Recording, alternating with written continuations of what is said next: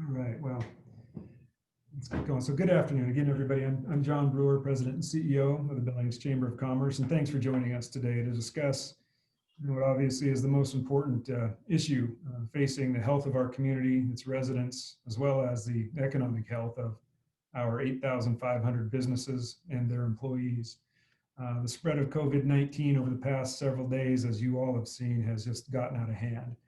So today's program is an urgent plea to all of you and everyone in our county to really step up all of our efforts as individuals by following the 4 W's, as we've heard plenty of times, the 4 W's of wash your hands, wear your mask, watch your distance, and work from home if that does not interrupt your business operations. We're going to talk a little bit more about that last W, working from home, near the end of this webinar. But our conversation today is going to be about gaining a stronger understanding of our current situation, its possible impacts to the business community, and then we'll discuss some possible solutions. But I'm going to start with John Felton, our County Health Officer. We'll then hear from Dr. Ellner, CEO of the Billings Clinic, Sean Graves with the Montana Brewing Company, Brad Griffin, Restaurant Association, and we also have Mayor Cole and Jeana Lervick, our County Attorney's Office, available to answer questions as well. So let's kick things off with Mr. Felton, our County Health Officer. John? Thank you, John, and thank you all for being here. I know this is a really difficult topic, and trust me, none of us ever wanted to get here, but we've been committed to being very upfront and transparent about what our situation is. We do a lot of press conferences and try to keep people informed, but we thought we should take advantage of this opportunity to really get everyone on the same page as to what our situation is, as well as what could lie ahead for us if we don't get things better controlled. So I'm gonna share my screen here. Do you see the map there, John? Okay, thanks. So I'm gonna just share some things with you. This is the state map that comes out every day. It's published about 10 o'clock, plus or minus a little bit each day. You see over here on the left side of the screen are the new cases per day. So there you see 88 for Yellowstone County. This number on the bluish map is the number of active cases. So right now Yellowstone County has 1,225 active cases, which means these are people who are still in isolation. That's the definition of an active case. But when you look around the state, you'll find now that as of this week, there's not a single county that has not had a COVID-19 case. And you see Flathead is really on fire, and Missoula. So there's a lot of places that are really, there's Roosevelt County right there. We can go to the other map here, and this is, did that change, I hope? This shows the total cases, and you can see we have almost 4,000 total cases in Yellowstone County going back to March 13th. So now I'm going to switch. I can't see anyone, so oops. Just John, if you can just jump on there and tell me, did that change to our dashboard? Dashboard. Okay, great, thank you. So this looks at the status of our community, and this is not intended for the most part to be a really specific thing. It's really just to kind of give us a handle on where we are. And this is updated weekly. This is updated in cooperation with our medical technical team of the Unified Health Command. And I think it's important for folks to understand how we're working on this pandemic. The Unified Health Command has been around, goes all the way back to the days of 9/11, almost 20 years ago. It's composed of Riverstone Health as the public health agency, our 2 hospital systems, Billings Clinic and St. Vincent Healthcare, and Yellowstone County Disaster and Emergency Services. And whenever we have large health-related events, we work together in this unified command structure. So we've done H1N1 like this, we've done influenza, we've done other sorts of big issues, the oil pipeline rupture in 2011. So we've been working since February on this particular topic of the pandemic. So you can see it's sort of like a stoplight. Obviously green's bad, yellow is not as good, and red is where we're in trouble.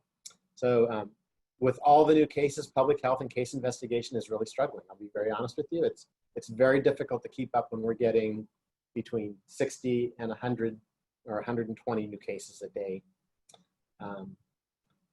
Testing capacity, we're holding on. We're still able to test people who are symptomatic and close contacts. We would like to be able to do more surveillance testing, which is why it's yellow. Our health system capacity is yellow. We know that we're all busy, but we still have capacity to care for patients. Disease surveillance really looks at how are we doing for respiratory types of patients.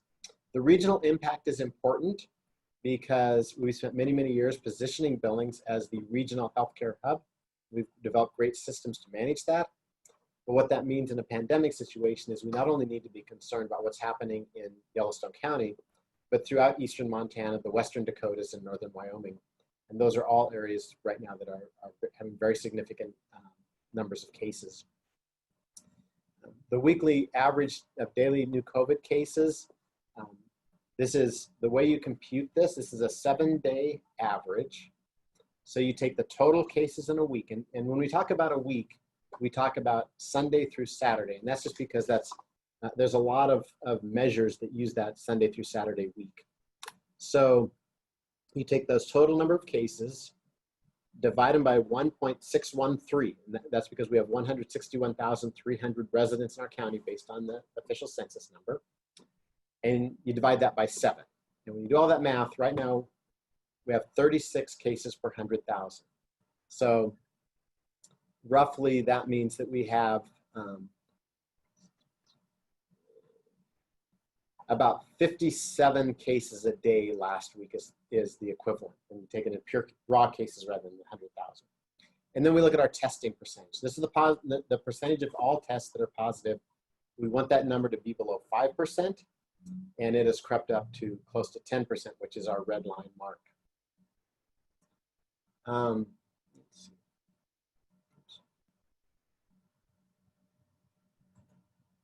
This is, did that change, John? It did. Okay, thank you. This is the information that is on the public-facing dashboard. I'm just going to go through a few of these, but these are each week again on that Sunday to Saturday week. This is the breakdown by age. This next one looks at school age cases. So these are cases in school age. This is where we look at the cases per 100,000. So we want that to be below 10. So we're from 0 to 10 per 100,000 over the week. We are at green status. From 10 to 25 per 100,000 for the week, we're at yellow status. And above 25 per 100,000 for the week, we're at red status. So you can see 3 weeks ago, we went into red status. This is what really started fueling a lot of our discussions about our situation. This is the test positivity rate. I showed you that a minute ago on the dashboard, but here we see that last week we had 3,721 tests, of which 353 are positive, which is that 9.49%. And then this looks at our hospital census, and the way we read this is the blue bar is all of the patients hospitalized in Yellowstone County for COVID-19 who are not in intensive care unit beds, so they're in medical surgical beds. The orange bar are COVID-19 patients who are in the intensive care unit, but not on a ventilator. And then the red bar shows the number of COVID-19 patients who are in the intensive care unit and on a ventilator. So you can see how this fluctuates over time. So that when you add all those up, so let's just use Saturday, October 3rd, we had 60 med-surg patients plus 6 in the ICU plus 15 in the ICU on ventilators. So that's 81 patients. The way to understand this is we are, as I said, we're a regional medical hub. So the inpatients are all patients regardless of where they live. If they're in our hospitals, then they count. These pink circles with the number in them, those are the number of deaths of Yellowstone County residents, only Yellowstone County. Before I look at one more thing, I wanted to just talk about the county issue. We get a lot of questions about, because we're a regional medical center, does everyone who comes here for care or gets tested here or dies, are those all counted as Yellowstone County cases? And the answer is no. Regardless of where a person gets tested, the case belongs to the county of residence. So probably not many remember this, but actually the first case in Montana was back on the 11th of March, and it was a woman who was diagnosed in Maryland. She'd been in Maryland since November, but because her residence was Montana, she was considered Montana's first case. So when we have people come from other counties or other states even and get tested in Yellowstone County, they don't count as Yellowstone County cases, only the residents of Yellowstone County. And the same is true with deaths. If a patient from another county or another state dies in one of our hospitals with a COVID-19 related death, they're not considered a Yellowstone County death. It's only residents of Yellowstone County. The last thing that I want to share with you, well, before I do that, let me just do this. So where we are is you've seen those case count increases. We have what we call our medical technical team, which is a team of the Unified Health Command. It's composed of community health and primary care physicians, infectious disease physicians, public health nurses, and infection prevention and control professionals and nurses, representing all three of our healthcare organizations, Billings Clinic, St. Vincent Healthcare, and Riverstone Health.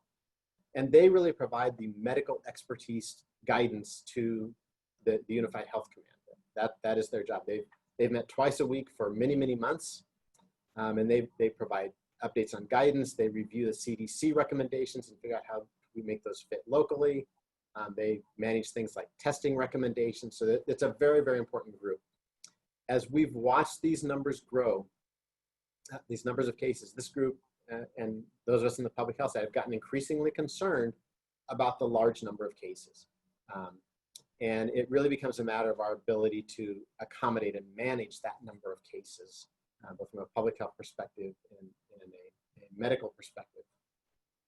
And so we worked with the medical technical team to set some targets. So for our schools, one of the metrics for our schools is, do we have a case count above 25 per 100,000 for a week? And that's when we turn to red status for schools. As we watched these cases continue to grow, it became evident that we need to slow this down. And so working together as administrative and medical and nursing leaders of our community, it's what I announced earlier this week, is that we set some specific targets that we have to slow this down. And so there was 2 targets set. One of those is if we are above 40 patients per 100,000 for the week ending October 31st, then we would be forced to implement some additional restrictions. The key to the restrictions, we have got to slow down the congregation of people. It's the congregation of people that spreads the disease.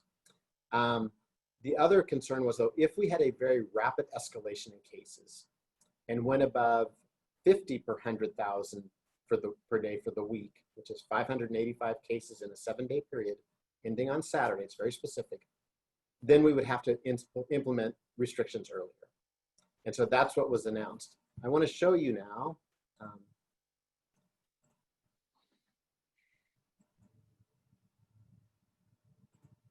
This is something that we've just put out that we are going to be putting on our website. So this will help us monitor. So this is for this week through yesterday. And I think that, when you look at the state map, the cases that you see added today, the 88 cases today, were actually case tests that were done yesterday or reported yesterday. So when we look at this Sunday through Saturday week, we're really looking at the reports that are Monday through Sunday. And I hope that's not too confusing, but you report the following day. So through yesterday, through Wednesday, which is 4 days of this 7-day week, we were at 284 cases. The green bar ends at 40 cases per 100,000 per day for the week, which is 452 cases. And if we go above 565 or 50 per 100,000 per day for a week ending Saturday, then then we are going to be in the position of needing to make some decisions on restrictions earlier than that. So the last thing I want to talk about is what are the restrictions that we've talked about. And again, this really has to do with, we've got to reduce the amount of congregation of people. So the first one is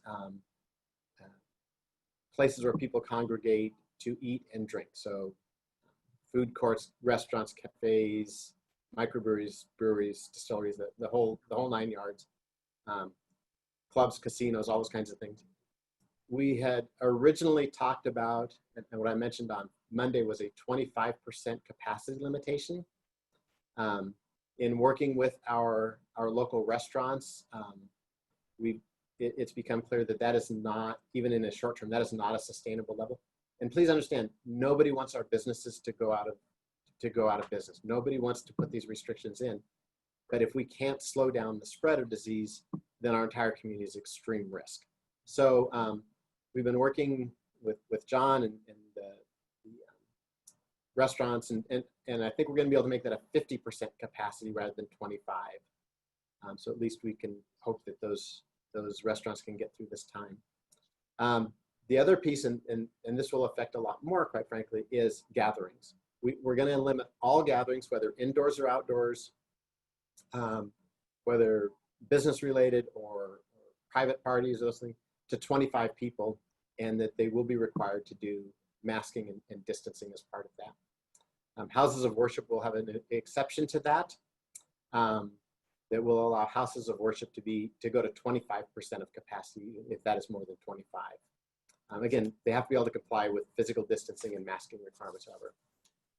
There are the same exceptions that have been in past orders related to places that are sole providers of food, like university dining facilities and places like that, nursing home, food service. And then the other place is because of the critical nature of the workforce, that childcare facilities will be able to continue to operate above those threshold levels. The last piece is schools. The governor has made very clear that local school districts have the authority to make their own decisions regarding school activities, which includes both academic and extracurricular. So schools will be able to make their own decisions regarding how they manage the size.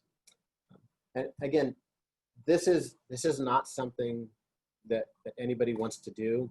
It is really, it's really critical that we slow down the spread of disease.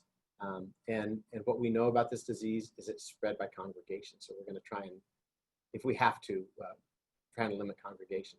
These are obviously not as severe. They're difficult as the full, where we started back in March and April with our complete stay at home. And nobody wants to get there by any means. So with that, that's sort of our background and what we're looking at. So John, I will stop there and give it back to you. John, thank you. And your chart, daily cases with the threshold for the 7-day period is very helpful. And we'll be sharing that on a regular basis as you publish that. But thank you for your leadership, John. I know these decisions are not easy for you or your team. They're the tough decisions, and we appreciate that. And more importantly, I think we also appreciate the fact that you're willing to listen to the community, listen to the business industry, and make the adjustments needed while not sacrificing the end goal, making sure that we can reduce the spread. We're going to talk later about the other idea you and I have been working on for the last 48 hours on kind of working from home, just an idea.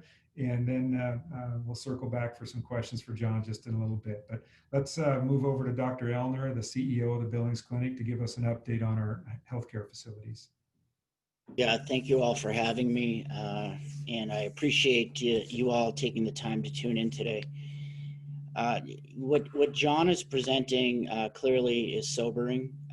It's realistic to understand that the virus is creating disruption, not only for our businesses, but for the lives of our people and families here in Billings. It's putting a tremendous strain on the healthcare system. While we remain open, and we're making adjustments. Our healthcare workers are tired, they're fatigued. These patients are sicker than we typically see patients coming in. Many of them stay in the hospital for weeks at a time.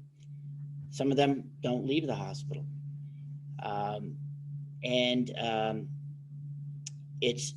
It's been very, very challenging for our staff. So much so that people are talking about giving up their careers in healthcare. What I will say is that we have 37 patients today that are inpatients at Billings Clinic. 9 of those patients are on a ventilator. We have 10 more that we're waiting for results to rule out. We've done the math.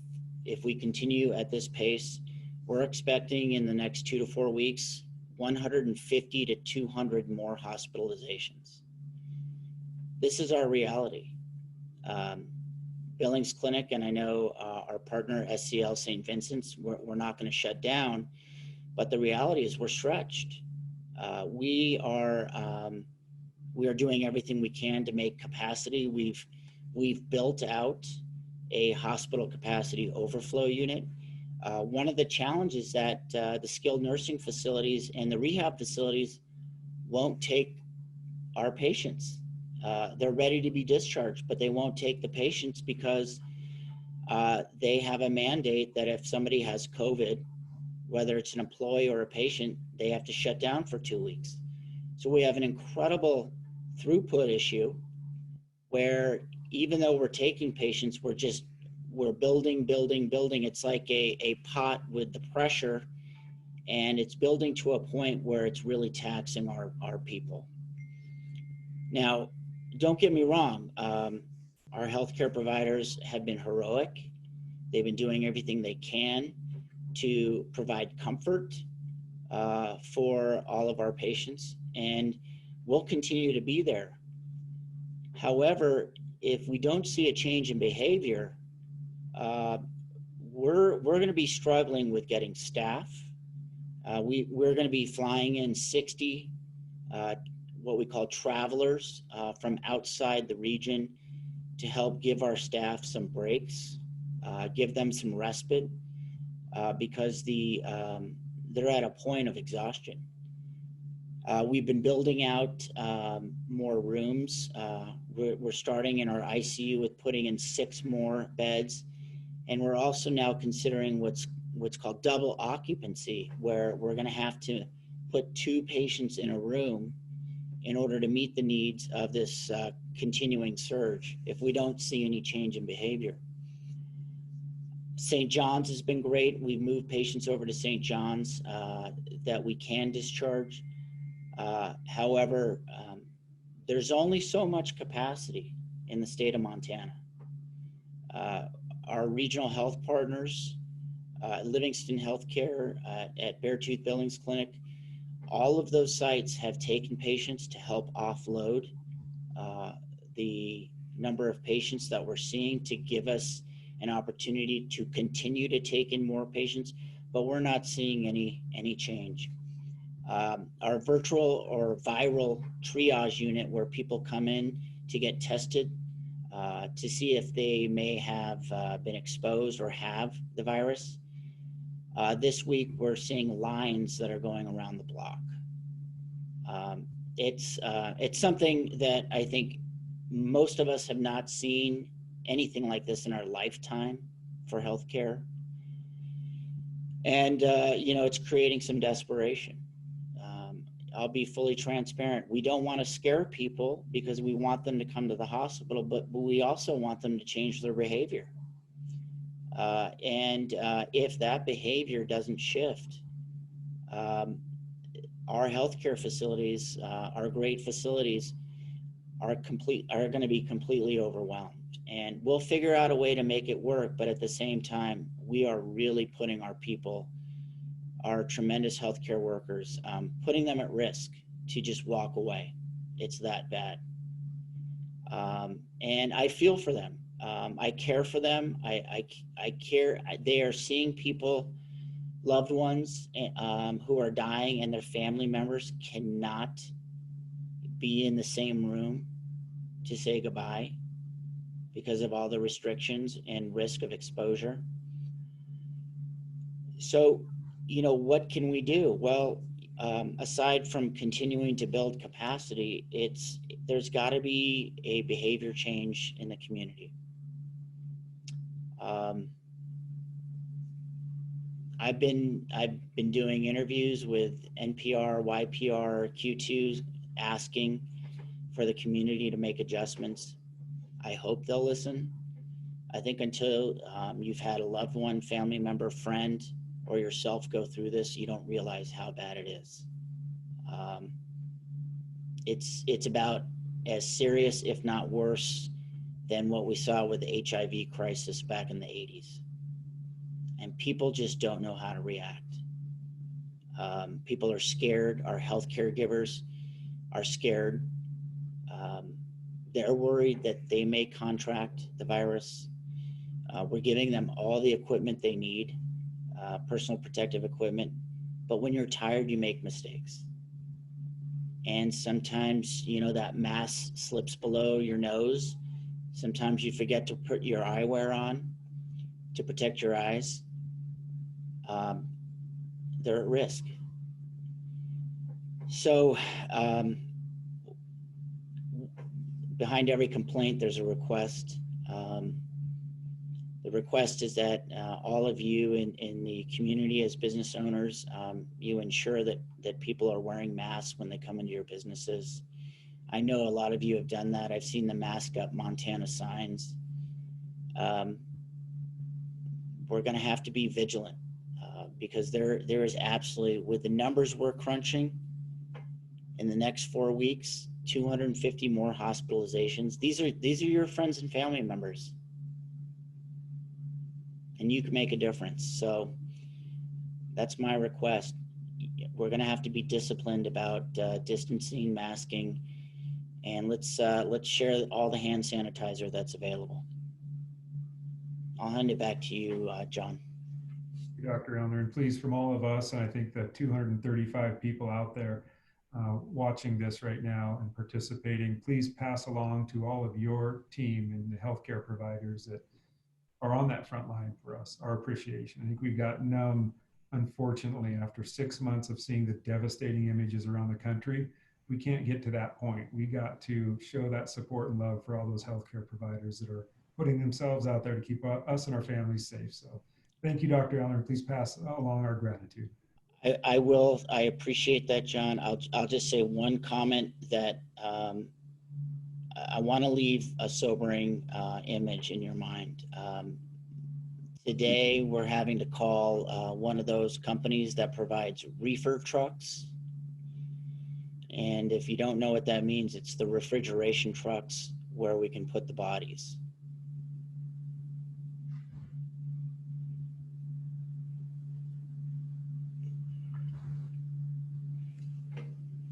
You've got a team in this community that's here to help. So please let us know.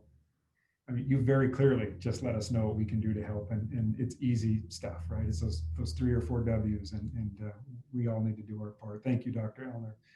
I'm going to bounce over a bit from a business perspective to Sean Graves and Brad Griffin. Sean is the guru over at the Montana Brewing Company, and Brad Griffin's the CEO of the Restaurant Association. So Sean.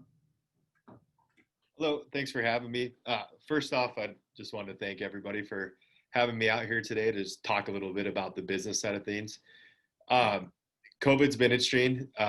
When we got shut down for the 6-week closure, it was pretty tough on us. And we understand at the time why that had to happen. Having that happen right at St. Patrick's Day and have our parade and everything be taken away, it was a really tough time for a business with a lot of uncertainty.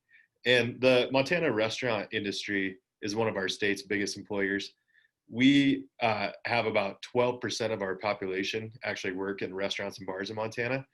And for every dollar spent in a Montana restaurant, $1.72 goes back into the economy. And it's so important for us to be able to keep our business going. so far this year, one of the things that not only being reduced seating to 50% at first and then to 75%, but not only that, but on top of that, having to close early at 11:30, we've lost about $500,000 in sales this year in Billings. I also own another restaurant in Helena and Missoula, and it's the same across the board. Following the guidelines and meeting the hours and reducing the tables and going to 6 feet has really devastated our business quite a bit.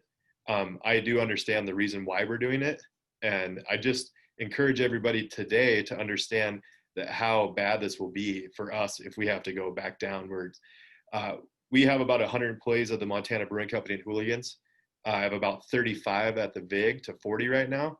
So reducing that down to 50% or 25% staffing would be really catastrophic for them. We've ran out of the federal aid money.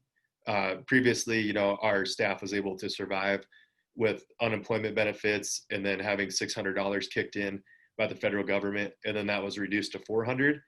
Our staff was able to compensate their income with that. We've seen a big reduction in tips, a big reduction in sales for them. And one of that is that also the fact of when we lost our bar stools and we were down for about 2 months without those, that really hurt the bartenders. And we have a lot of employees. We've been in business for 26 years now, and we employ 0.5% of the entire workforce in the restaurant industry in Montana through my companies.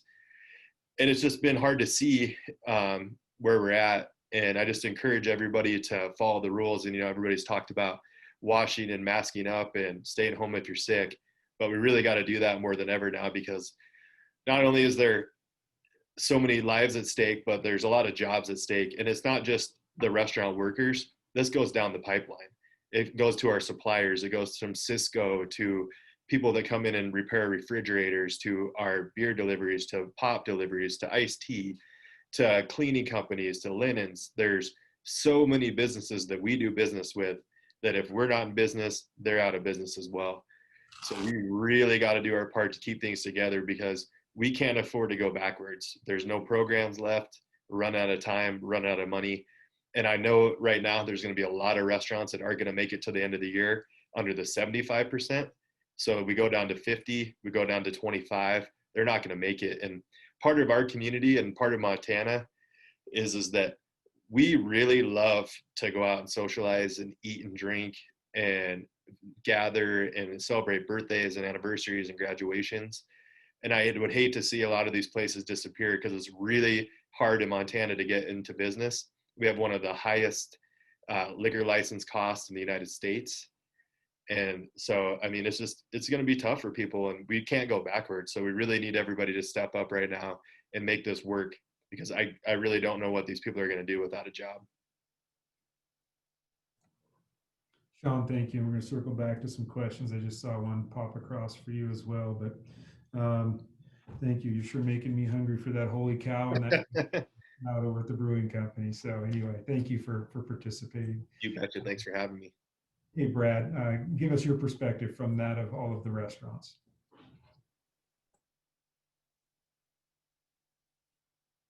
Sorry, Brad, you're still on mute. Oh, Brad, can you hear me all right?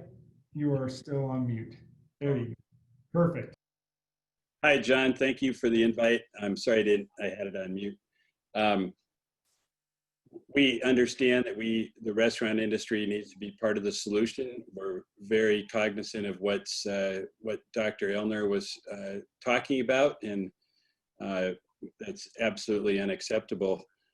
So we do understand we need to be part of the solution.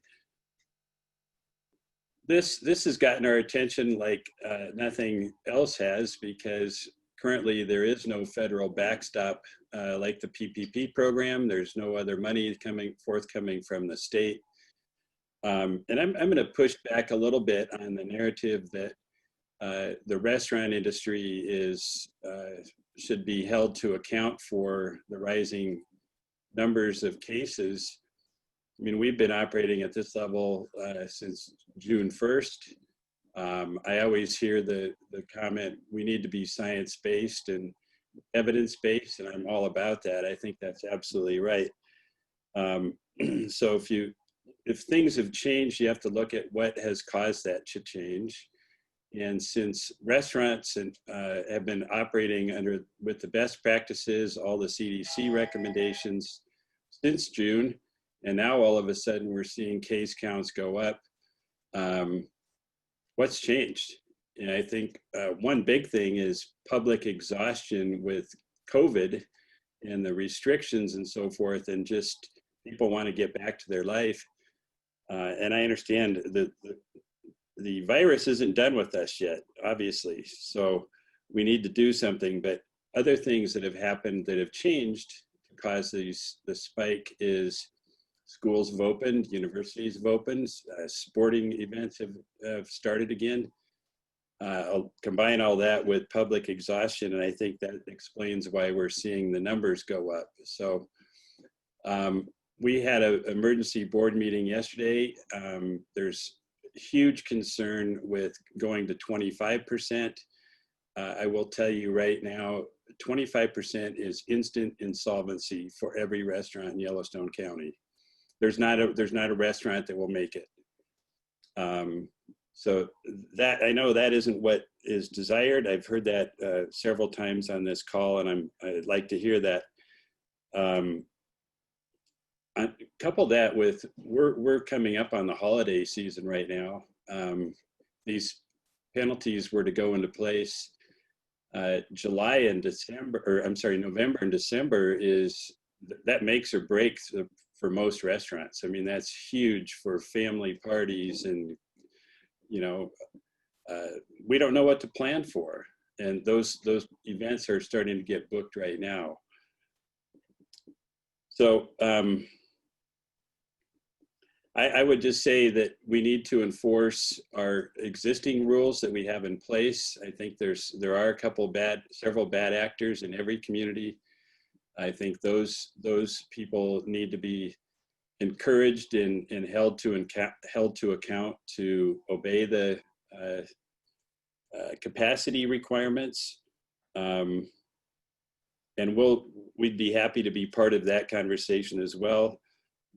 My board stands ready and willing to meet with Dr. Felton and Dr. Ellner and other leaders to come up with some other ideas, but we just urge in the strongest terms possible, do not go to 25%. Even 50% presents problems for most operators. So thank you for the opportunity to comment today, and I'll be here for questions. Thank you, Brad, and thank you for your willingness and leadership of you and your board to work with maybe some of those outliers who are not our typical business members in the community, who are maybe living outside the restrictions and mandates right now, because we've got to make a dent there. Mayor Cole or Jeana Lervick, would you like to say something before we move over to questions?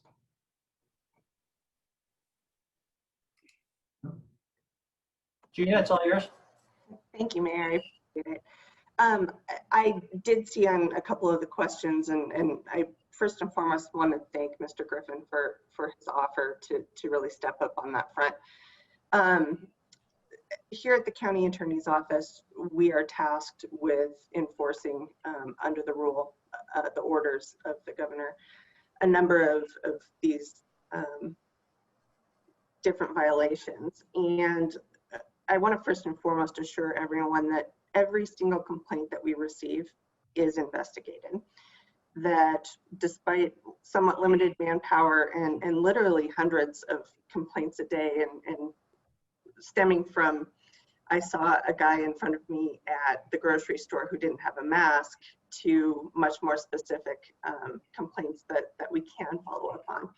Everything results in us going into the businesses and talking to folks, calling folks, discussing with them, not only whether or not they're having issues, but also that there's the perception at a minimum that they're not complying with it. And so certainly to the extent that we can get that additional help, I'm exceptionally grateful to Mr. Griffin.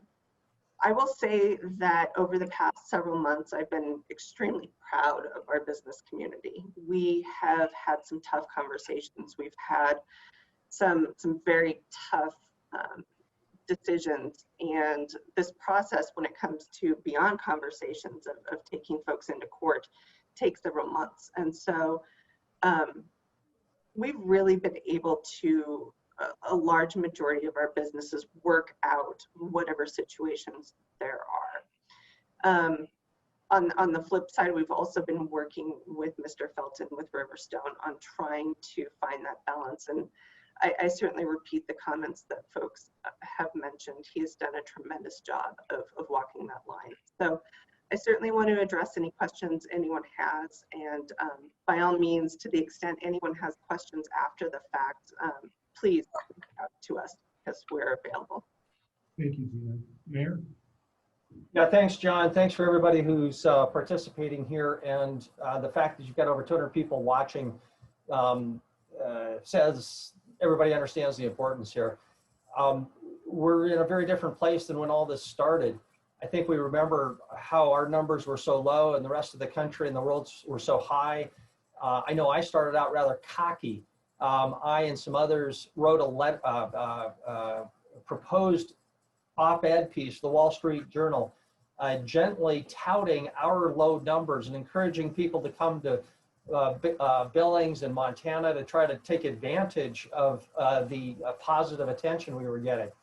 Well, fast forward, and I think yesterday the statistic was that Montana is now 4th worst in the United States for per capita numbers of cases for the last week. So maybe it's not surprising we didn't suffer to the same degree before, and as a result, we haven't had those personal experiences that really transform behavior. So we're now in the shoes that a lot of other parts of the country and the world were before.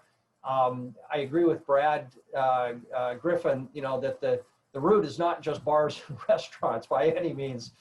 There's a lot else going on, schools, weddings, sports activity, natural fatigue in all of us. I do appreciate the bars being, I don't want to call them guinea pigs, but they're kind of at the point of the spear here because they are gathering places, but also they're examples. Because so many of us are in a restaurant, in my case, every day, we all pay attention to that, and they are a great place to have examples for good or bad, and appreciate their providing a real leadership here as we go into this next phase. So the question, of course, is what do we do? My crystal ball Ouija board is no better and probably worse than everybody else's. But the 4 things that come to my mind are first, being that personal example that we can individually in our organizations, in our businesses, getting the word out to everybody that we know that this is serious and we need to change our behavior.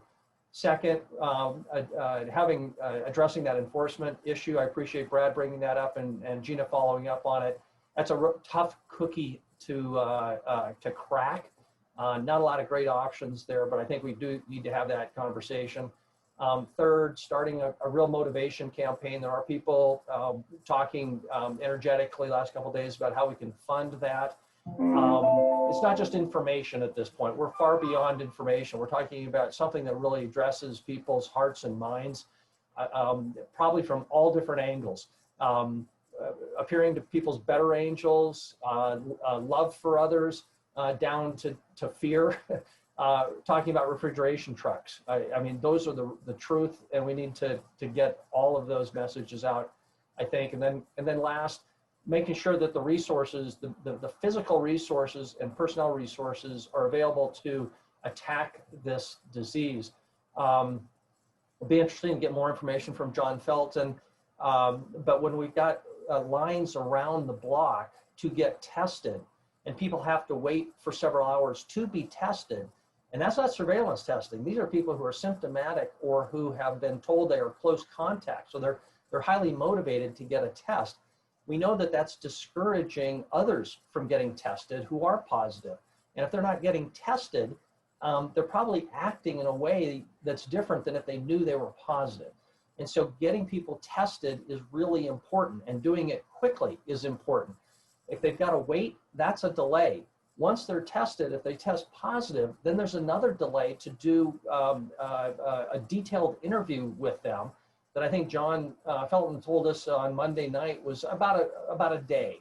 But then once we know who their contacts are, there was 2 to 3 day delay before we could commence the contact tracing process, because our resources are so overtaxed. And then only about 75% of those contacts will be found. Other people are staying low and not answering their phone. So we need to make sure that John has all the resources, or we expand to other facilities for contact tracers. That's far above my pay grade.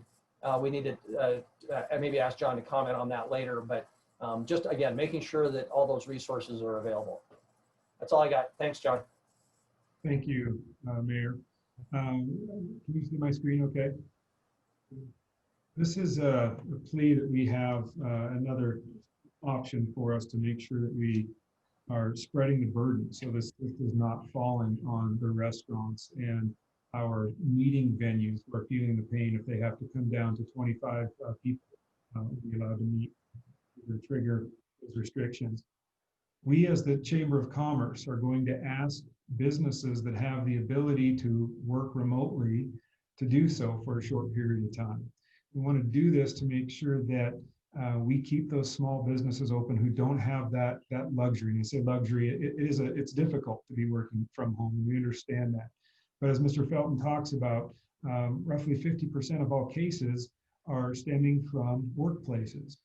So as professional office environments, I think there's a role there for all of us to take a step and to make a pledge to encourage our employees to work from home. And I use that word encourage. It's not something that's easy for all. At the Chamber, we are going to begin working from home on Monday, but there's going to be some flexibility in that because we still have things that have to be done within the office occasionally. So we're going to ask businesses to do that as long as it does not disrupt their operations. So far, 329 employees are represented under businesses that have agreed to take that pledge. Again, not interrupting regular operations due to the nature of their business.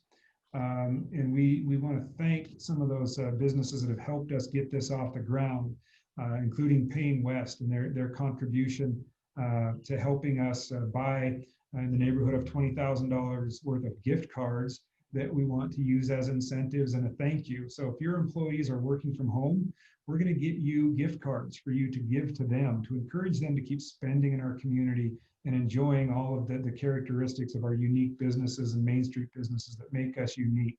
So a thank you to Payne West and for the Billings, Downtown Billings Association, Katie Easton, for leading that charge along with the Billings Chamber of Commerce. Cushing Terrell and the folks over there, Brad and Tony, for stepping up and really helping us with getting this off the ground. Here's the businesses so far, after just a few phone calls, who have agreed to take that pledge from working from home. The Chamber, the Downtown Billings Alliance, Payne West, the City of Billings, Sanderson Stewart, I Bailey, United Way, Cushing Terrell, Visit Billings, Visit Southeast Montana, First Interstate Bank, KTVQ, and Color 8. Now keep in mind, that doesn't mean these businesses are shutting down their lobbies or not there to answer and take care of you in person. It means a portion of their back house operations are now going to move remote to make sure that we can do what we can to slow the spread. So for those of you that have an interest in taking that pledge, helping us out, and pushing that message forward, please reach out to me. We want to make sure, again, that all of those businesses who aren't able to do that continue to thrive and survive. Moving to questions. John, Mr. Felton, I see a couple of questions coming across wanting some clarity in terms of the timeline. So we saw that the bar graph that you showed, let's say it's triggered and restaurants need to start rolling back in bars and casinos. Would you provide that timeline as well? You know, what triggers it? And you know, what happens after November 2nd? Let's say nothing triggers November 2nd. Does this then roll month by month? So the timeline is based on a very specific week, as I said, from Sunday through Saturday. It's important that we keep the week consistent because, and I believe there was a question in here about the fluctuations in test numbers or why we have a lot of positives at the end of the week and fewer at the beginning.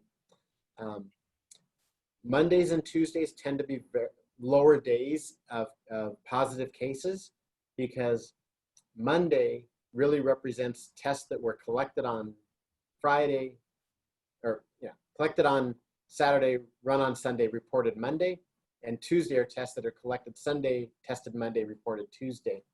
And there's just less testing capacity on the weekends. So as we get farther through the week, people tend to get more concerned about, maybe it was a minor illness, and by the end of the week, they're really concerned, and so our testing numbers go up as the week. So by using that full Sunday to Saturday week, we even out the ups and downs that are largely related to testing capacity. The other thing I've seen in here are some questions related to what do our data tell us about where cases come from? So when we get a positive case, we being public health, Riverstone Health, we make an attempt to contact the person. First of all, about a quarter of the time, people won't talk to us. They'll either they won't answer their phone, or they won't return a call. Their voicemail isn't set up or is full. In which case, then we end up mailing them information because we usually have a mailing address. But if we can get a hold of people, and again, it's about 75%, there's an extensive interview that really has two purposes. One is, can we figure out where the case likely came from? So let's do what the easy one is. My wife was sick. She was diagnosed with COVID-19. 4 days later, I was diagnosed with COVID-19. Now, this is a respiratory disease that's spread primarily by droplets. It's not like, if I stab myself with a knife, the knife caused the injury. There's no doubt the knife caused the injury. So you can't be 100% certain in a respiratory illness. But if someone in my household has it and I get it a few days later, it's very, very likely, more likely than not, that I got it from that person. So we have the two biggest causes are from a household contact or a contact with a known person who is ill. Very frequently, that is a workplace exposure. So that takes about, typically in a given week, 50 to 60% of the people interviewed will have a pretty clear source of infection. The other 40 to 50% are what we hear about community spread. There's not a clear source of infection. And so you have to you go through a very extensive interview, and you're asking people, what did you do in the 2 weeks before you got sick? Because that's that 14-day incubation period. And that's where we find out where people have gone. Did you go to a hair salon? Did you go to a restaurant? Did you go to a bar? Did you go to a grocery store? It's a very structured interview. What we have found is not surprising, and I think Brad really nailed this. COVID fatigue is real. People are tired of this thing. Let me assure you, nobody's more tired of it than public health people and healthcare people, but people are tired of it. And when we get tired of something, we drop our guard. And so what we have seen is dramatic increases in the number of bars, restaurants, and gatherings that people have gone to. And those gatherings are getting larger. They're early on, when people were a little more cautious and a little more aware, they might have gone out with 3 or 4 other people. Now we're seeing, large house parties and big groups getting together, way larger than 25, which is why one of our responses is to lower down. But we're also seeing people going to many, many more restaurants, bars, and stores. And this is a disease that's spread by congregation. And so that's where it is. The evidence base for this, and I wish one of our physicians was on here. She has a very eloquent way of saying this. But here's something we have to understand.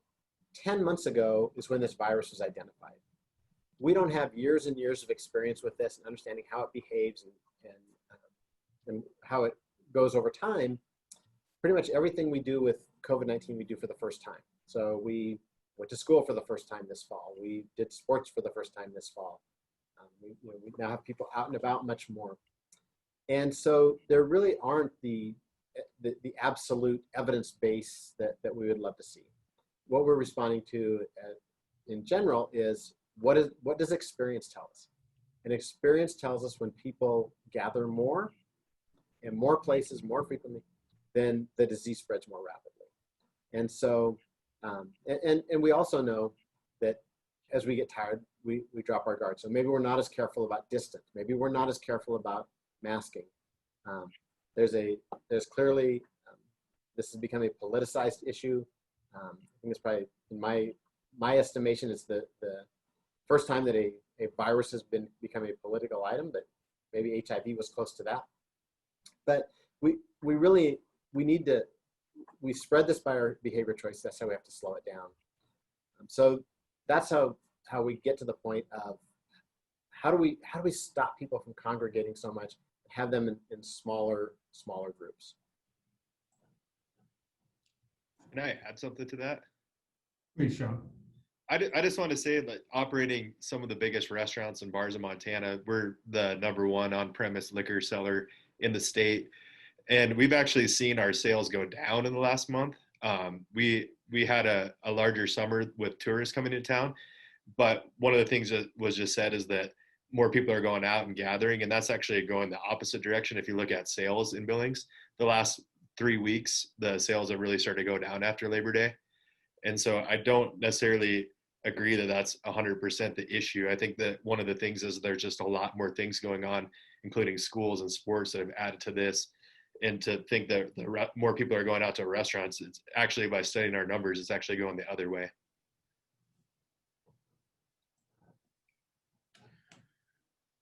Sean, thank you.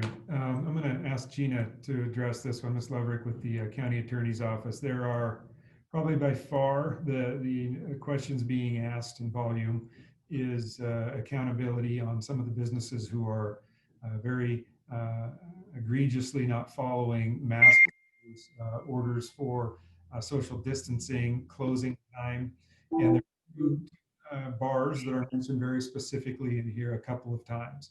But the questions are, what is the enforcement for those that are blatantly ignoring? And then similar comments from others. I guess without reading them, Jeana, I'll let you address that first. I appreciate it. And one of the things that came up quite a few times on the questions that I just want to clarify, the way the governor set up the order, both the order surrounding masking, the order surrounding capacity, all of these orders, as well as Mr. Felton's orders, which follow the governor's orders, it really puts the empowerment upon the business to be allowed to kick out folks who are not complying, which I know is not what a lot of the businesses would like it to read. From our perspective and standpoint, the most important thing is this is not a situation where we can go in and write tickets. This is not a situation where we can go in and cite people. If someone is violating the orders, they are charged with a crime, taken to court. They bring a lawyer, don't bring a lawyer, they stand in front of the court, explain themselves. The court then issues a fine or can issue jail time at that point in time. That whole process takes a number of months. So if we had a violation from July, more likely than not, that violation would not yet be to court. And so that's important from a couple of different perspectives. One, it's not necessarily something that everyone in town knows about or talks about. And two, it's also not something that is quite as quick in terms of getting a result with that particular business. I did notice a couple of businesses mentioned in the questions and mentioned in the comments, and I will state that we have not received complaints regarding the businesses that I saw mentioned within the past 2 months. And so I guess the considering those businesses to be repeat offenders, and again, I haven't looked at all of them, so I'm not sure if I missed any, but we can't do anything if we don't know about it. I will also say, however, there are a couple of businesses that are within the process of criminal prosecution.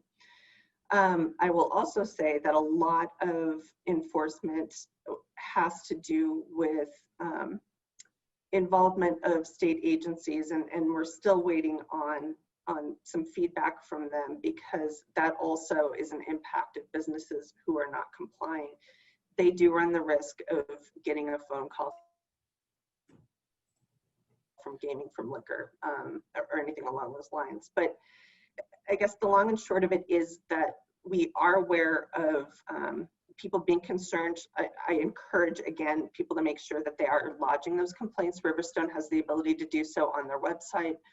We certainly take plenty of phone calls every day regarding them, because we do want to make sure that we are aware if there are issues, because it's just not possible to be everywhere at once. That said, when there are issues, they are being dealt with, I can assure you of that. Yes, thank you, Jeana. I think, the comments again we're seeing is just a high level of frustration, because we have 95, 98% of the businesses in our county doing the right thing, fighting hard to stay open. And then you've got the outliers whose names are coming up here, the same names that I have seen come up and heard come up for the last 5 months. And, we're seeing comments in here about not only the, I guess maybe some frustration in that process, but, there's concern with maybe how the state has framed some of the mandates and the tools that we have to work with here. And also, I guess some questions that we're seeing in terms of the authority that the county health office might have as well. I'll read one of them here. It's with the restaurants, bars, casinos, we have the majority playing by the rules. However, there are bad actors. Why can't the Board of Health close those facilities? If a restaurant is violating the health department guidelines, doesn't Riverstone Health have the ability to close them? And another comment had mentioned that they had seen the Missoula Health Board start sending out and I think threatening to close some businesses. So just a comment back to you, John, if you can. Actually, if you don't mind, I'm going to step in on that one, just because I do know the perception is that the Board of Health does oversee, and they do oversee when it comes to code violations, when it comes to Board of Health violations. And the Board of Health certainly has been doing more than its part when it comes to investigating these. But when it comes to the governor's orders and John Felton's orders, the only way to enforce those is through the county attorney's office. And I apologize, my computer went a little fuzzy there for a little bit, so I didn't catch all of what you were saying, John Brewer, but I do understand that the perception is that there are bad actors that everybody knows about. And I know we have talked about a few, but again, without hearsay, for lack of a better, and I'm sorry to drop legal jargon on everyone, but without actual evidence, just hearing somebody say so-and-so has done this or that business has done that, that's not sufficient for us to shut somebody down. That's not sufficient for us to haul them into court. And I don't think anyone here wants that to be the case. We don't want, somebody who has a grudge against Sean saying, well, that guy's business, they had people down the street. If we do not have a demonstration of people down the street, if we do not have complaints filed, if we do not have videos, if we do not have pictures, we can't haul them into court. But what I can do, and what we have been doing, is exactly what Missoula's been doing. We have been issuing those letters of warning. We have been having those conversations every single time, even if it's something that sounds like, I think this person's just having a bad day.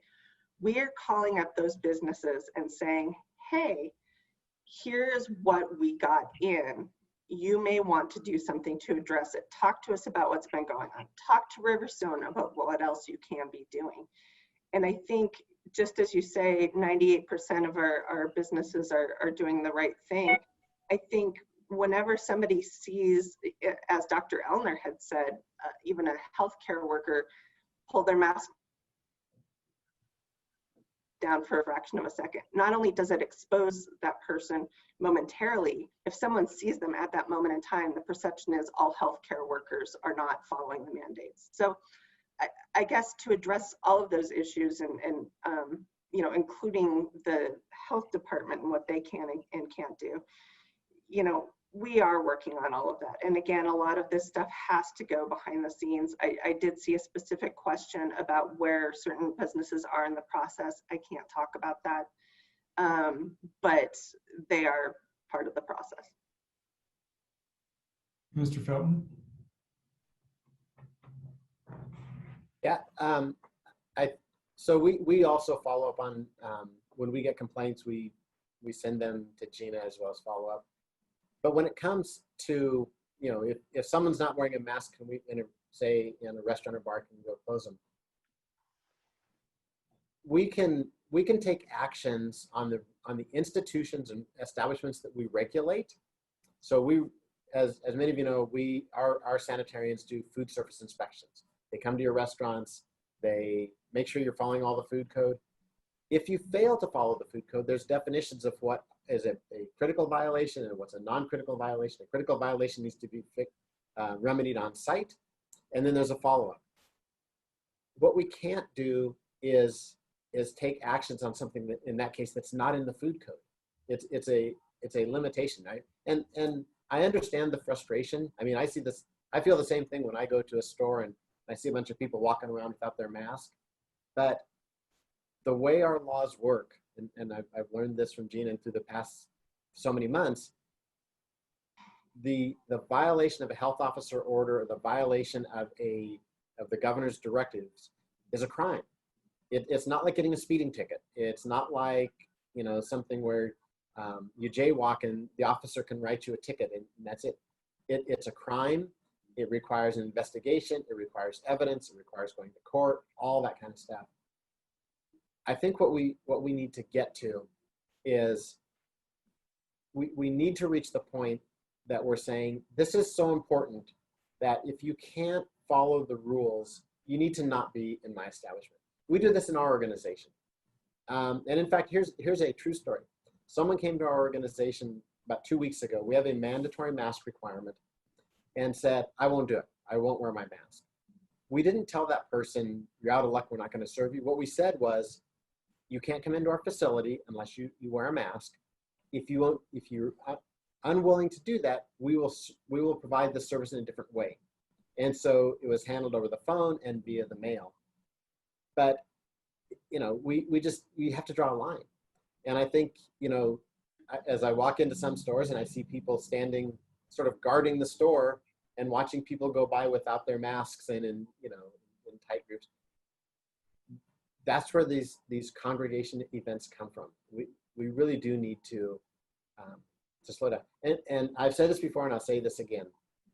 I don't believe people should wear their mask and keep their distance and wash their hands and stay home when they're sick because I tell them to, or the governor tells them to, or Dr. Ellner tells them to. I think we should do it because we care enough about our community. We care enough about our businesses. We want them to be open. We want our schools to be open. We want kids to play football and soccer and volleyball and run cross country and play golf, all those things. We can't do that if we can't control the disease. The disease will run rampant through our community. You know, if you look at New York City still doesn't have their restaurants open, right? I mean, we don't want to get there. We need to really take a position that I, as an individual, care enough about my community and the businesses and the schools that I'm going to do these things. Do I like to wear? I don't like wearing a mask any more than anyone else does, right? It's not very comfortable. It's not great. I would love to go hang out with my friends in large groups. I don't do that. You know, I see a very small number of people. And I think it's hard and we're tired of it, but that's how we slow it down. That's what it's going to take. We just haven't proven that we're ready to do that yet. John, thank you. I know we're past our 1 hour time limit, but for those panelists who are able to stay on, we'll try to take a couple of more questions, but we do realize that we're way beyond the time you'd all committed to. For the questions that we're not going to get to, because there are a couple of dozen in the Q&A box, if you would email those questions to me, if they have not gotten answered, we will send them on to the right person. So it's John, John, at billingschamber.com, John at billingschamber.com, and we'll get the right question to the right person. There is a question. I'd love to hear from a couple of you, though, who have experienced this. John just hit on the subject a little bit, but I think there are 3 or 4 questions in there as far as a business, how can I what do my employees need to do and say to encourage people to wear masks who are coming in maskless? And I don't know, Sean and Brad, if you have frontline experience that you might be able to help with, or in John, if you want to elaborate, but it seems like it's an unfortunate situation. I think that the business community has been placed in the enforcement role, because that's a lot of responsibility on their shoulders, and the individual responsibility for personal fines if you're not wearing a mask and so on isn't there. But I would be curious to see those trying to address those questions with customers. How have you handled that? Sean, Brad, John, any thoughts? It's scary. I wish that everybody would wear the mask and wash their hands and stay home when they're sick. But unfortunately, that's not the case. And that's why we're having this meeting today. But it's a little scary. I mean, we've had some incidents where people have threatened violence against staff members by asking them to put masks on. And that's pretty concerning. And that's been one of the hardest parts of this process, is that not only do we have to abide by the rules and enforce the rules, but we have to ask people to put a mask on. And we've tried in different ways. We've put masks at our front doors of our businesses and had sanitizer there. And we have signs up at all our locations that say, please wear a mask to the table and to the bathrooms. But it's been a real big challenge, and trying to be the police in your own business when you're not trying to chase away customers, when you're already at reduced occupancy, has been a really, really tough task to take on. Yeah. John, I'll add, I'm aware of a couple of business owners that have just made it a policy that they're not going to let any customer into their business, their restaurant, without a mask. But for the vast majority of restaurants, it's not the owner that's, manning the front door. It's a 21-year-old student. And are you going to ask that, put that person in harm's way people do get violent. People are crazy about this. And we've had a lot of reports of problems with that. So, like Sean was saying, owners are putting out bowls of masks and putting the signs on the door and doing everything they can, short of, getting in a confrontation. So it's a difficult situation. Yeah. Anybody else? John? Well, I agree. It is difficult. I think this is ultimately, we need to reach the point that we choose to do the right thing. It's not a political statement to say I care enough about the people around me to want to keep them safe. It's not a political statement to say I care enough about the people who run businesses, and I care about kids in school. That's not a political issue. That is a community issue. I do want to really quickly, John, before we run out of time, there's a couple of questions I think are really timely and we should get answered. One is, what happens if we go over that 50 per 100,000 for this week? So that would have been Saturday. Would the announcement be Saturday or Monday? So we wouldn't know what that total number for the week is until Monday, because that's when the Saturday, we get those numbers. Or actually, we know it's Sunday. So we would get together Monday, and so that it wouldn't be like that immediate. If we hit that point, we want people to watch those numbers. We want people to be responsible for keeping an eye on things. But we would come out early that week and talk about what happens next. And then the other one, this I think is really important. What's the evidence of mask wearing? And here's the reality. I think everyone likes data as long as it supports your position, right? But here's the data on masking. There's a study published in Lancet, which is an eminent British medical journal, that looked at all the studies of the implications of mask wearing related to COVID-19. And here's what it found. When people wear masks, the transmission of COVID-19 is reduced by over 80%. If I'm ill and unmasked and I'm talking to Mayor Cole in a close contact, there's a 17% chance that he's going to become ill. If we're masked, that's under 3%. It really is. It makes a huge difference. The question of, there's a lot of, quite frankly, bogus information out there about if you wear a mask, it's going to ruin your immune system. It's going to cause your lungs to quit working. That's also been tested.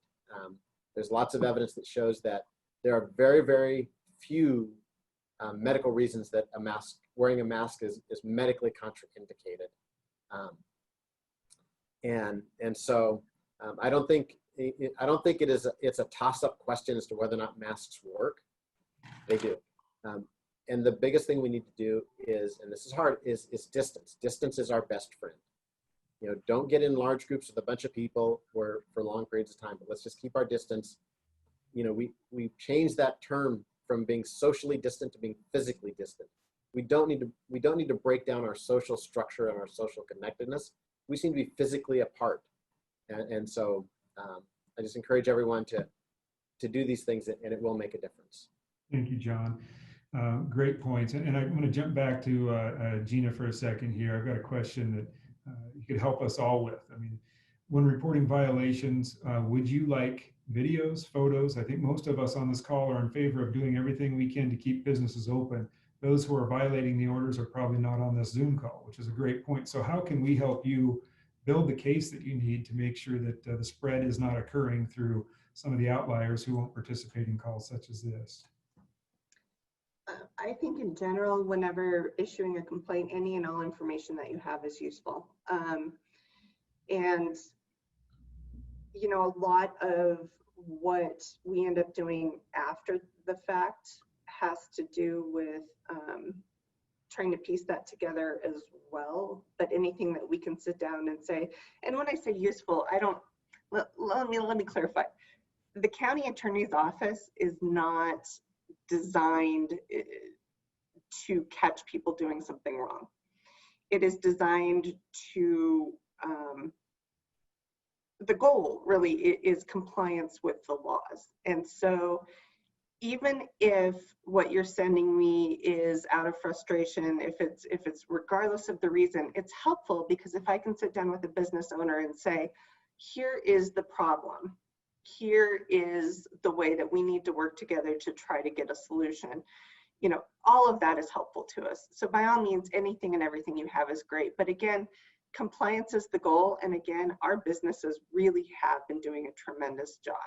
And I'm not saying 24 hours a day, and I'm not saying for the past 7 months every day, but I'm saying when there are misunderstandings, when there are who, you know, and as you say, are blatantly disregarding it, we've had even those folks come around. And so again, like John's saying, like everyone's saying, the goal is to keep our community safe. And anything that you can do to help all of us on this call do that is tremendous. Thank you, Jeana. Mayor, you've had your hand up there for a bit. Let's jump over there. Thank you, John. I just want to comment on the difficulty of the enforcement component here. A lot of the attention focuses on masking because it is important, but it's also the thing that is almost never going to be enforceable. It involves third parties, not business owners. It's beyond their control. It involves third parties that we're not going to send the police out to arrest people without masks. There's other things to do first. So the question is, can we focus on things where there is a more objective standard that's easily provable for the county attorney's office? And here I'm thinking things like hours of operation, that's black and white, real simple, and capacity limits, and maybe some other things. A lot of those rules, I don't know what those are. And so I would encourage us to think about ways to make those rules abundantly obvious to everybody, the business owner, the employees of the business, the customers, and the public who might be inclined to contact the county attorney's office. One way to do that would be a very simple sign requirement at the front door. If you've been eating in restaurants in New York City, you've seen the health grade. You get an A, B, C. Almost nobody, or whatever the letters are, but almost everybody has their A prominently posted. And if you don't see that A, you get real nervous real fast. So if it said the maximum capacity, 50%, is 50 people, well, that's something people in there will count and be able to easily enforce. And the time for closure is 10:30 or whatever the number is. That might just be an educational thing for everybody, because the best way to enforce something is to never have to enforce it. And if the rules are clear, people are much more likely just to follow those, and we don't have to get into the massive trying to crack down. But those rules have to be clear. Thank you, Mayor. John, a question for you. So as I mentioned earlier, we've got our campaign we're rolling out to encourage people to work from home. And if folks want more information on that, again, my email is john@billingschamber.com. One person mentions here, if we are a small business with only 8 employees within a 3,000 square foot area, do you still recommend that we work from home? Is that recommendation something that you would encourage, John? Yeah, I think it depends to some extent on what the operations of the business are. If you're in 3,000 square feet, but really you spend 90% of your time next to each other at the main counter, the 3,000 square feet doesn't really help you. If people are well spaced and there's limited close interaction, that's not our concern. And we've gotten this question before, and we start talking about how businesses operate. Yeah, it's, we have this whole big building, but 8 of us are in this 200 square foot office. And so I think it's really an operational decision. I think what becomes more important is folks understanding how important it is to remain vigilant to the ideas of distancing and complying with the masking requirement and staying home when they're sick. And really, I think this is the other part that really gets lost in this is if you become COVID-19 positive, and I hope that none of us do, you need to answer the phone when public health calls. That's how we can slow it down in terms of identifying contacts and getting them in quarantine. It's really difficult. It's hard for us to get to the cases as quickly as we would like. But you'll get, if you get a positive test result, your healthcare provider will provide you with the initial instructions on isolation. They'll tell you what to do. So please just answer the phone and help us slow down where these things might be spreading. Great. John, there's a question about events. Any advice you've got for our event facilities? I think there's some concern that, a lot of concern actually, reducing the current gathering numbers. What are we, 250 or so if you can socially distance and gather appropriately, wear masks and so on. For those, looking at the potential of a further restriction for a 25-person gathering max, I think people are looking for your suggestions on best practices and your thoughts in general. Yeah, again, it's a disease spread by congregation. To the extent that a decision can be made to not do large events, that's better. For many of us who are active in faith communities, we've seen churches that have returned to in-church worship, but taking very extensive steps to limit the amount of interaction. When we look at the COVID fatigue, I think a huge portion of COVID fatigue is that we miss the social interactions that we have. And when you look at the numbers, we have almost 4,000 cases of COVID-19 in Yellowstone County. It's still a relatively small proportion of the population. It's under 3% of the population that has actually gotten the disease. And I think one of the messages that we really, really try to make is we have to view this not just from the perspective of nobody in my family has gotten it, but my community's been affected. We have to make this personal. If it's not personal until someone gets really sick or passes away, then we're gonna have a really hard time slowing this down. Unfortunately, many of us do know a person who has gotten really sick or passed away. Our family does, but we need to take this personally, and as long as we treat it as an abstraction, then we don't see how our own personal actions impact it. Hey, John, I wonder if I can add a comment. One of the challenges that I think you're all facing, that Billings Clinic is facing, is our workforce. Our workforce, when they get exposed or they develop COVID, they can't come into work, and essentially they're shut down for 2 weeks, if not more. What we're trying to do to help alleviate that situation, particularly those who have been exposed, is a call-in helpline.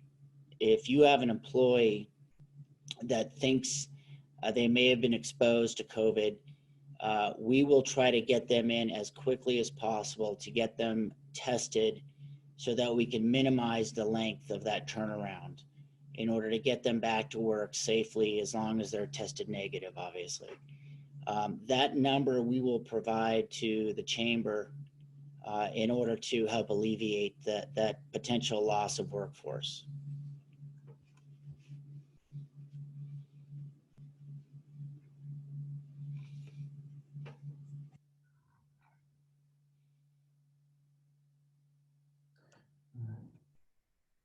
Any final thoughts? I think a couple of other questions were just emailed to me that I'm going to forward on to specific folks. I think we'll be able to answer them best. But to wrap up, just lastly, again, thank you all. I do believe that the 240 people that we had on this call at its peak are here because they want to do the right thing. They want to learn how to better improve their operations and encourage others around them. So we're going to continue these conversations. We'll do this event again next week to encourage others to participate in this call. So you'll be getting information on that if you'd like to join in again.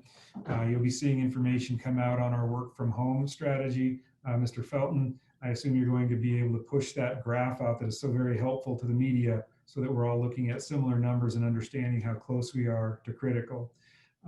So a lot of good information today. I know a lot of people all working really hard to do the right things. So I want to thank you all for that. And this recording of this webinar is going to be available within the next 24 hours, and we'll send that out so you've got access to it as well. So can I share one last thing real fast? I apologize for please. interrupting. I just wanted to thank everybody and thank John for all the hard work. I know that everybody's jobs isn't easy in this situation, and I know that it's stressful and that there's a lot of different takes on this. So I appreciate everyone's effort to work hard to keep our community safe. And I just wanted to show one last picture today. I took a picture of my staff this morning, and I hope that it shows up okay. But this is what it looks like. So this is what it takes to have the Montana Brewing Company operate today. And I just wanted to show everybody what it would look like if we only had 25% seating. We just don't have any federal aid coming in anymore. And I just want to stress the importance enough again that it takes all of the community to be involved in this. We all have to do our part. We all have to wash our masks, wash our hands, wear a mask, and stay home if you're sick, because I just haven't been sleeping at night because I don't want to see not just my employees, but a ton of employees in Billings not have a job. So once again, thank you everybody for your efforts in working on this. Great visual. And Sean, thank you for sharing that. Again, my email address is john@billingschamber.com. And please feel free to reach out to me if we can help you in any other way to get the word out and to make sure everybody's doing their part. So again, John Felton, we appreciate all you're doing. Everybody from the County Attorney's Office, Jeana, thank you. Everybody have a good afternoon. Thank you. Thanks.